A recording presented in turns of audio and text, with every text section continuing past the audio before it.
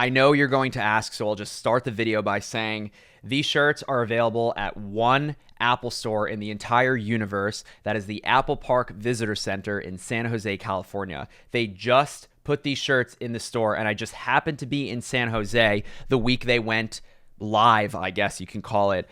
They're so dope. $40. The con is amazing. If you're in San Jose, this is where you get them. And with that, ladies and gentlemen, welcome to another video. If you're new around here, my name is Sam Sheffer. I make videos about tech.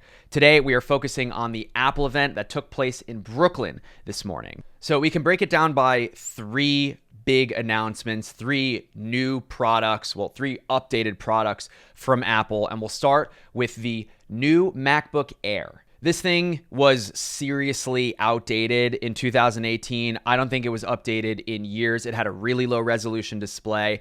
And now we have a new MacBook Air. To start, this new MacBook Air finally has a high resolution display, 2560 by 1600 at 227 ppi if you're counting. It's got two USB-C Thunderbolt 3 ports, and it does have a headphone jack. It's got a 13.3-inch display like the older MacBook Airs, but it's got thinner bezels, so it has a smaller footprint now. It's got the third generation of Apple's new butterfly keyboard.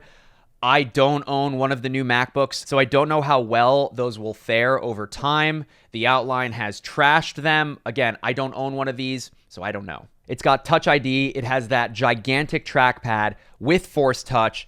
And my 2015 MacBook Pro has Force Touch, and I really like that in a trackpad. So the entry-level MacBook Air has the 8th gen i5 clocked at 1.6 gigahertz. It's the dual-core version. It's got 8 gigs of RAM and 128 gigs of storage, and that costs $1,200. It comes in space gray, comes in silver, comes in gold. But this MacBook Air sits in a particularly interesting place now because the regular entry-level MacBook, the one with one USB-C port, has double the storage, an older CPU clocked lower, and that costs $1,300. So obviously these new MacBook Airs are a better buy than what are now outdated MacBooks. Apple has so many products now. And if you're curious, you can bump up these new MacBook Airs. You're looking at 16 gigs of RAM, 1.5 terabytes of storage, same processor though, for $2,600. So if you have an older MacBook Air, one of my brothers has a MacBook Air from 2011. It has lasted him all the way until now.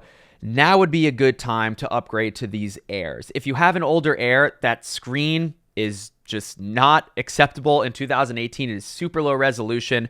Now is the time. If you're shopping for a MacBook Air, get one now. And if you do get one of these, I would opt to double the storage for $256 and then do not settle for 8 gigs of RAM. You will kick yourself later. Get the 16. It's definitely not the best bang for your buck, especially in 2018. I just think 128 gigs of storage in a laptop in 2018 is a joke. And for whatever reason, Apple is still selling the old MacBook Air for $999.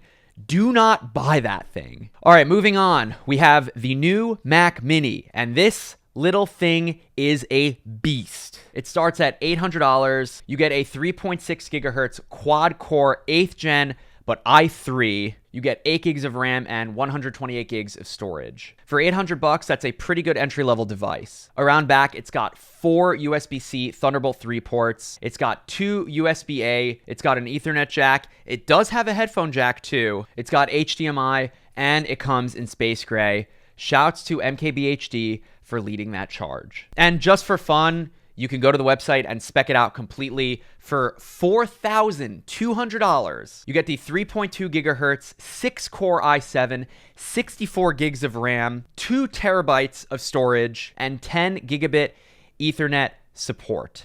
If you're looking for a new, very capable, super compact desktop solution, the new Mac Mini very well might be for you. Apple showed off these stacks of Mac Minis powering servers, render farms, and live performances. So with this Mac Mini, you can power a 5K display. But the question is, can I connect a new iPad Pro, which we'll talk about in a second, to the Mac Mini to use as an external display?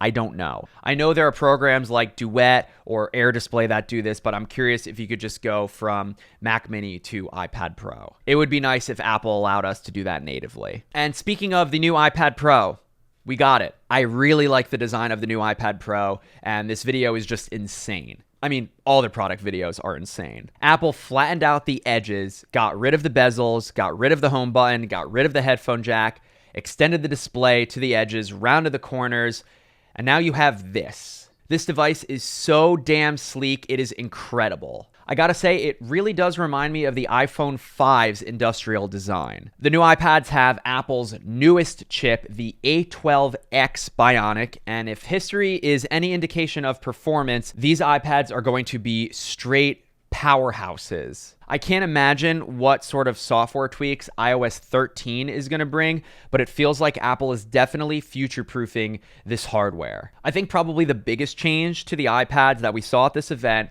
is the addition of USB Type-C. You no longer have the legacy Lightning port that Apple's been using for a number of years. The new iPads connect over USB Type-C, which means you can take an iPhone and grab a Lightning to USB-C and then have your iPad charge your phone.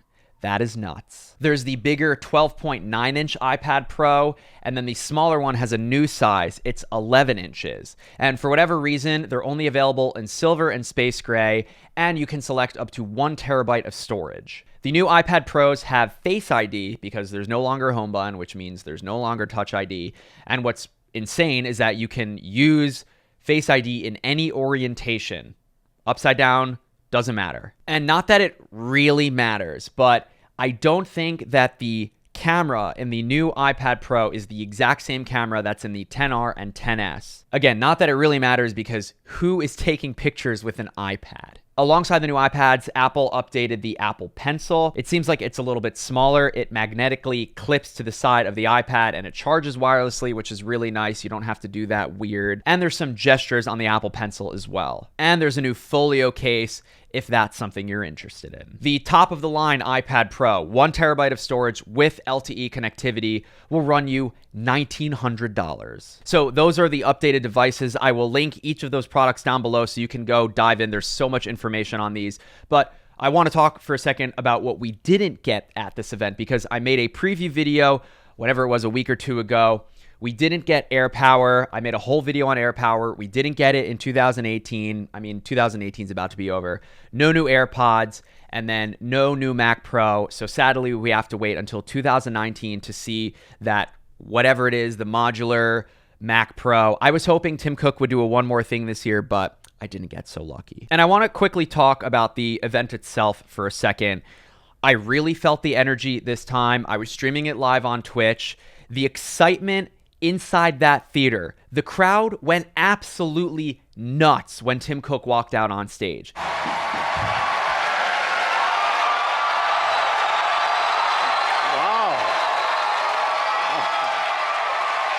Thank you. Thank you. Thank you. Thank you. Wow. Thank you. Wow.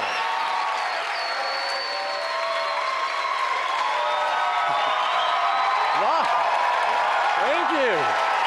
And then the event ended with a 2-song live performance by Lana Del Rey, and she is such a good singer. And Jack Antonoff is a very good piano player. And there was this really special moment when Lana Del Rey was done with her performance. Tim Cook came back onto the stage, and their microphones were still hot. Listen to this. You are unbelievably I'm always so wonderful. nervous. No, I'm the one that's nervous. You're great. I gotta say, it is nice to remember that we're just human after all. Yeah.